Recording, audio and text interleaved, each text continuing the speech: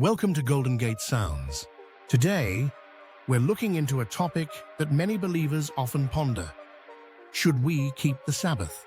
Before we address that question directly, we first need to understand the origin of the 7-day week and how it relates to the Sabbath. Let's start with the Word of God. According to the Bible in Genesis 1:1-2-3, God created the world in 7 days, setting a precedent for our current week structure. Here's a brief breakdown of each day. Day 1. God created light, separating it from darkness to form day and night. Genesis 1:3-5. Day 2. He created the sky, separating the waters above from those below. Genesis 1:6-8. Day 3. Land was formed, and God made vegetation, trees, and fruit-bearing plants. Genesis 1:9-13. Day 4. God created the sun, moon, and stars to govern day and night. Genesis 1:14-19. Day 5. Sea creatures and birds were created, and God commanded them to multiply. Genesis 1:20-23.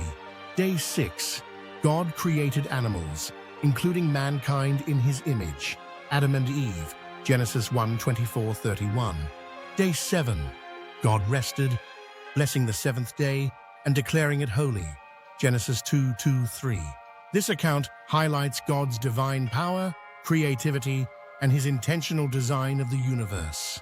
The use of 7 days symbolizes completion and perfection, a recurring theme throughout biblical numerology. How did the days of the week get their names? While the biblical week comes from God, the naming of the days has a different origin. The Babylonians, avid astronomers, and astrologers developed a system around 500 BCE that assigned each day to one of the visible celestial bodies, planets like the Sun, Moon, Mars, Mercury, Jupiter, Venus, and Saturn. Later, the Romans adopted and adapted this system. By the 1st century BCE, they named the days after their gods. Sunday for the Sun, Monday for the Moon, Tuesday for Mars, Wednesday for Mercury, Thursday for Jupiter, Friday for Venus, and Saturday for Saturn. What about the Christian calendar and Sunday worship? Many Christians today worship on Sunday, believing it to be the Lord's Day.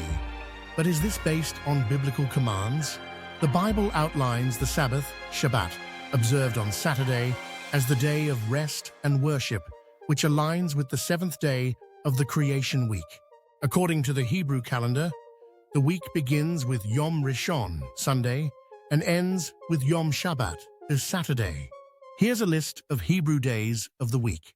Yom Rishon for Sunday, Yom Sheni for Monday, Yom Shlishi for Tuesday, Yom Revi'i for Wednesday, Yom Chamishi for Thursday, Yom Shishi for Friday, and Yom Shabbat for Saturday the Sabbath. The shift from Saturday, Sabbath, to Sunday as a day of worship occurred when Emperor Constantine made Sunday the official day of worship in 321 CE, aligning it with the Roman sun god's day.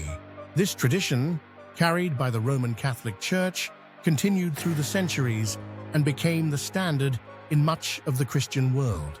In Roman Catholic confessions, Peter Geiermann, CSSC, in The Convert's Catechism of Catholic Doctrine, 1957, states that Sunday worship was revealed to Christians by the Roman Catholic Church outside of the Bible. Martin J. Scott, in Things Catholics Are Asked About, 1927, confirms that the Catholic Church transferred the solemnity from Saturday to Sunday, with no biblical authority for the change. The Bible does not command Sunday worship or replace Saturday as the Sabbath. The Bible emphasizes the importance of rest, reflection, and worship every day, with the Sabbath being a special day set apart. In part 2 of this series, we'll explore whether we are still required to observe the Sabbath today. We will continue in part 2.